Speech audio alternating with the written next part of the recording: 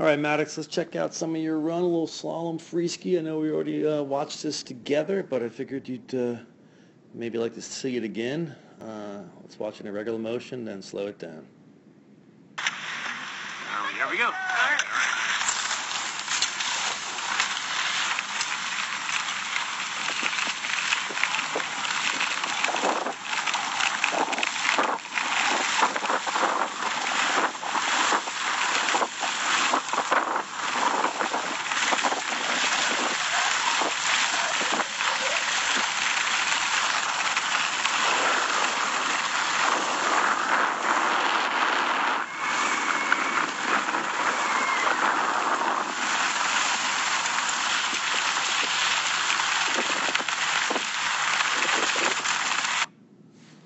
All right, some good skiing.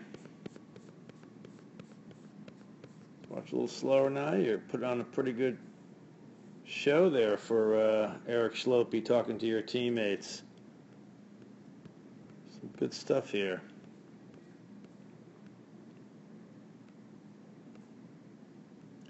And obviously, start out with a little scissor right there. I don't think it's anything to worry about. It's not something you do consistently. But a lot of good stuff going on here. You have fairly stable upper body, or square down the hill, very level. Pole plant release. You tend to move forward through the transition. You get your hips up over the boots at the top of the turn. Roll them both up, pressure the outside, and move forward and diagonally. So move it inside the turn.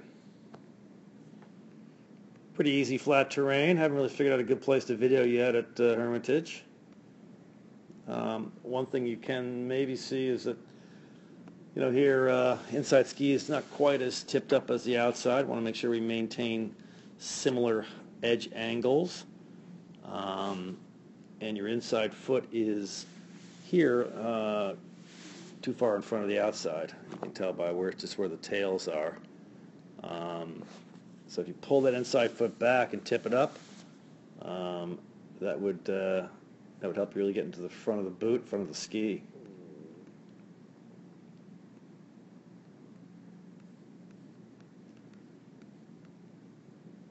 That's some good things. Pull, touch, release, move forward there. Got a little extended at the top of the turn, as I think Eric Schlopey was talking to you about. Relatively extended through that top of the turn into the turn.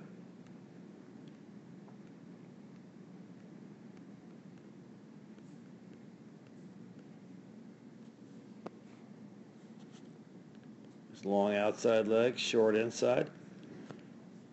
Oops, don't need that.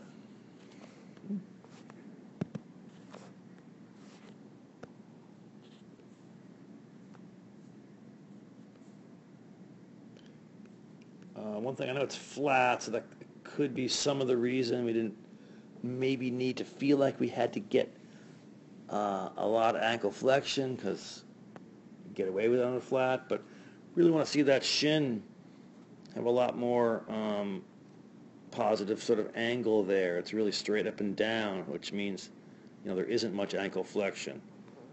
General rule, we want to have our shins to be kind of the same angle of our back, and yours are clearly at a different angle. So besides pulling the inside foot back, we really almost want to get them both back. Create some ankle flexion.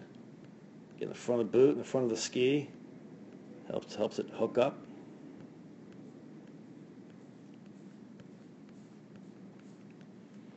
Otherwise, like I said, it's a pretty good skiing. Skis crossing under you as you cross over, moving forward and diagonally.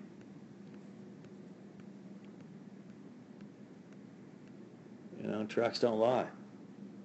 Nice clean arcs. You can see the outside one a little deeper. Obviously, more weight on the outside ski.